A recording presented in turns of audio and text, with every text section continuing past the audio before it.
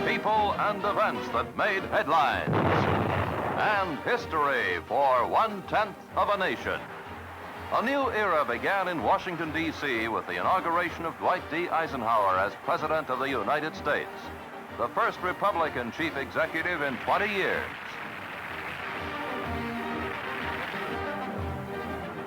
The inaugural parade was cheered by a crowd of 750,000, the largest in the capital's history. It was an historic day for America.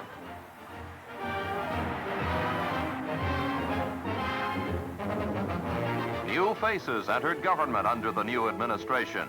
Veteran welfare worker Mrs. Jane Morrow Spalding joined the Department of Health, Education, and Welfare, later shifted to the War Claims Commission, both high-level jobs. Attorney Vernon F. Green was named legal counsel on the staff of Postmaster General Summerfield in the upper echelons of the department. A Howard University graduate, Green is commissioned to practice before the Supreme Court, weighty evidence of legal prowess. Scoville Richardson, Dean of Lincoln University's Law School, became the first Negro member of the Federal Parole Board. Roberta Church, daughter of the late GOP leader Robert R. Church, Jr., and an experienced public servant in her own right, entered the U.S. Labor Department, bringing with her experience of social work on an international scale. With another job international in scope, Mrs. Carmel Carrington Marr of the U.S. delegation to the United Nations was named one of the year's 10 outstanding young women by a national women's magazine for her work as advisor on the Far East to Ambassador Lodge.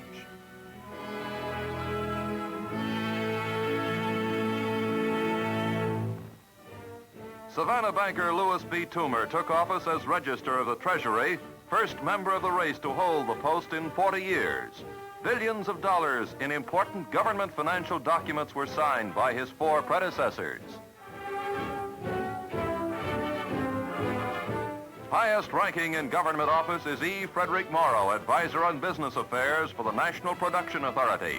His role, to assist Secretary of Commerce Weeks in carrying out the department's reorganization program and to act as liaison man with other federal agencies, a policy-making position. Another chapter in history closed with the end of hostilities in Korea. At Panmunjom, UN truce negotiators reached agreement with Red representatives, an agreement that fully satisfied no one, but that ended 3 years of bitter, bloody fighting. Returning POWs were living evidence of communist brutality, and communist atrocities were denounced in the UN. But America and the world rejoiced at the end of fighting. As the prisoners of war, many of them given up for lost, came home, touching scenes of reunion with families and loved ones were frequent.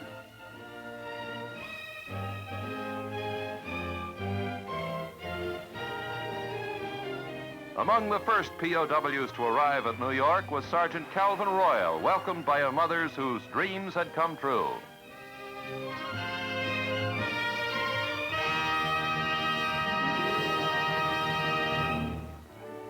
Honors came to many. Dedicated as a national shrine was the birthplace of George Washington Carver, the first Negro and the first American scientist so honored. 3,000 looked on as Missouri's Governor Phil M. Donnelly introduced Secretary of the Interior McKay, who formally dedicated the Diamond, Missouri Monument. A lasting tribute to the man who, in the words of Franklin D. Roosevelt, made all mankind his beneficiaries. Nationwide headlines were made with the election of Atlanta University President Dr. Rufus Clement to the Georgia City's Board of Education. The first Negro voted to public office here since Reconstruction days, Dr. Clement polled more than 22,000 ballots in a citywide contest, an electoral victory of major importance.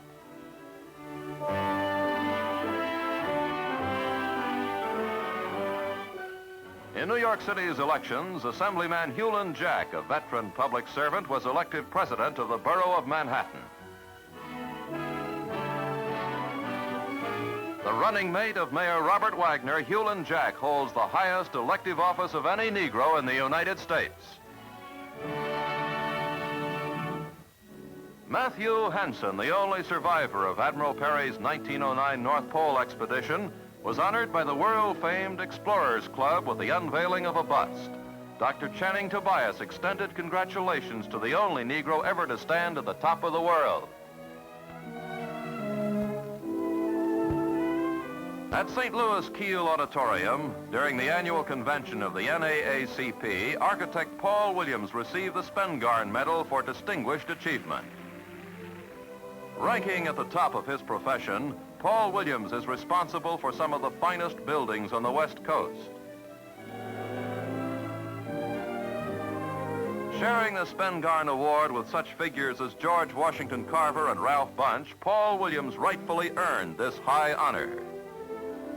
In the world of literature, the National Book Award for Fiction went to Ralph Ellison for his novel, The Invisible Man. Representing the entire publishing world, the late Frederick Lewis Allen made the presentation.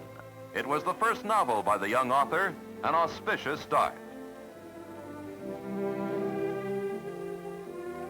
Chicago's Olivet Baptist Church extended jubilant congratulations to its pastor, Dr. J.H. Jackson, new president of the National Baptist Convention, USA.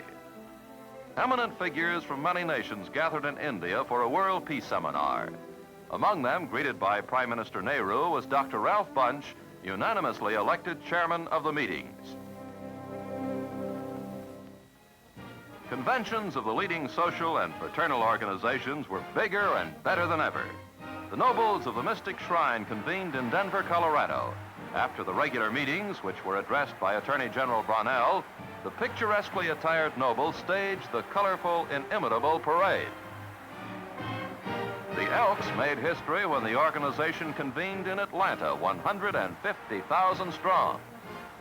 It was the first meeting of the national group in this southern city, and the big parade down Auburn Avenue dazzled the eye. Past the grand exalted ruler, Robert H. Johnson, and other dignitaries, groups from every part of the nation passed in review for hours.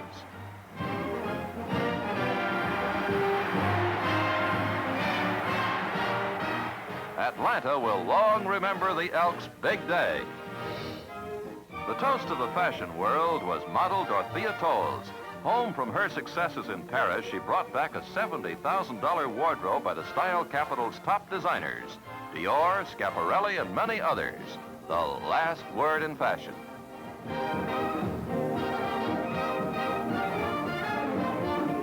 Controversy flared when women's hemlines went up in response to fashion decree, and some daring men struck back, appearing in Bermuda shorts. If hems go up, why not cuffs? These heroes of haberdashery proved ahead of their time in this appearance, but they're confident of final victory.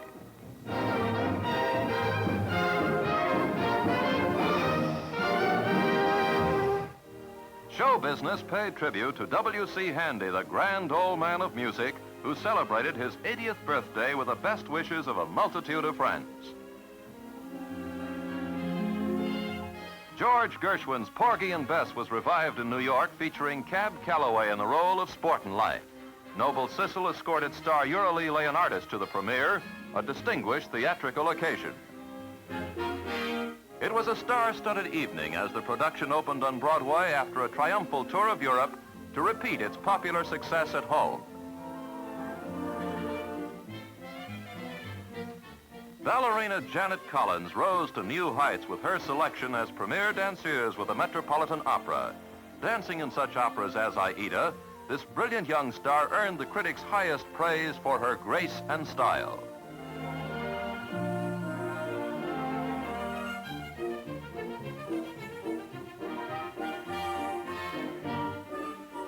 The same season saw the opening of Take a Giant Step, the first drama by a Negro playwright on Broadway. Critical and popular praise was earned both by playwright Louis Peterson and the outstanding cast, as Take a Giant Step went on to 82 performances.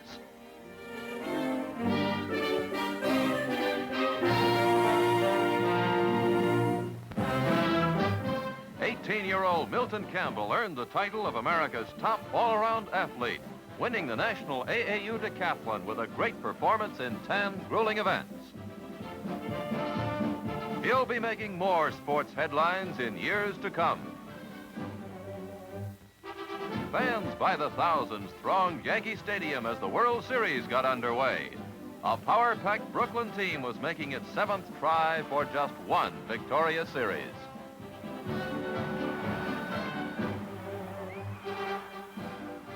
Roy Campanella, #1 player of the National League, rookie Junior Gilliam, and Jackie Robinson all performed brilliantly, but the results are only too familiar. Playing truly great baseball, Brooklyn was overwhelmed by the even greater play of the Yankees, winning only 2 out of 6 games. Diamond history was made, and Brooklyn once again heard the old cry, "Wait till next year." More Negroes than ever before played in organized baseball, proving a rich source of talent, vitally needed for the future of the sport. After the World Series, Roy Campanella, the unquestioned choice as most valuable player of the year, headed the first Negro Big League All-Star team in history on a barnstorming tour. Wherever they played, fans thrilled not only to superb baseball, but also that such a team was possible. Every man a big leaguer. In sports, as in every field, it's a true parade of progress.